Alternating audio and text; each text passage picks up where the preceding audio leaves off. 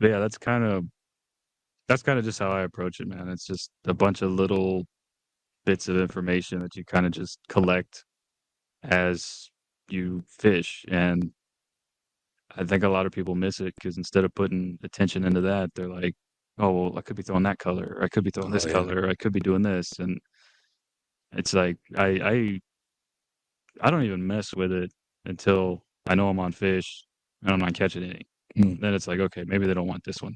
And that doesn't really happen a lot. But like I said, man, if I throw something and fish spooks off of it or swims up to it and doesn't eat it, might be a good idea to make a change because Right. whatever's going on in that moment, they're not really in the mood for Yeah. it.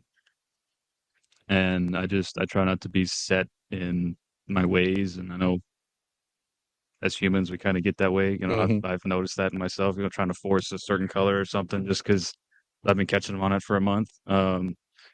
But that's just kind of how I go about it. Right.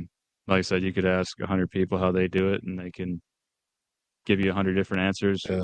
100 different wrong answers. At, well, maybe wrong for you. Yeah, At the that's end what of the I'm saying. day, I mean, you got to get out there. Like, there's no substitute for experience. I right. could sit here and tell you 100 fish stories about all these different scenarios I was in and what I did and if it worked or not. You go talk to some dude like Jay Watkins or, I know a guy named Skipper Ray down on the island. They both of those guys have been professional guides for over 40 years. And they'll, hey, this is how I do it. This is how I look at it, Hmm. and you could go out there and it doesn't work for you at all. Yeah. But until you put 40 years You in, go buy exactly what they use yeah, and use it in your realm of fishing, and it just yeah, doesn't work. yeah. And that's just part of it.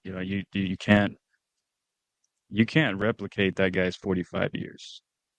He could write a book and record videos and you could study it and memorize all of it. You could have him on speed dial, video camera, like talking to you in your Right. ear about, what you're fishing, about how to, and until you put your 40 years in, like you're not going to have that refined, just those instincts. Yeah.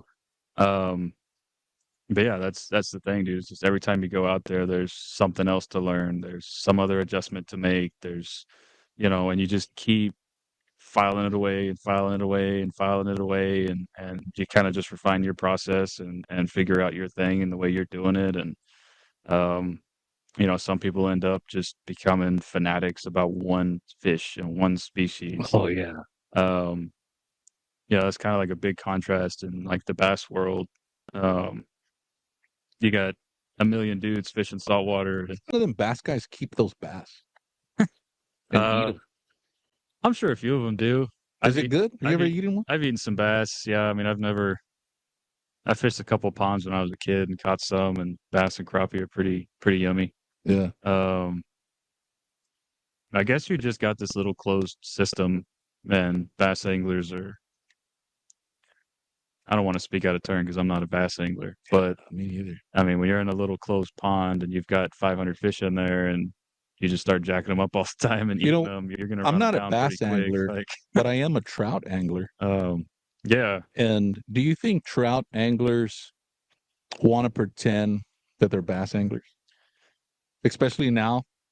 I think there's a lot of parallels.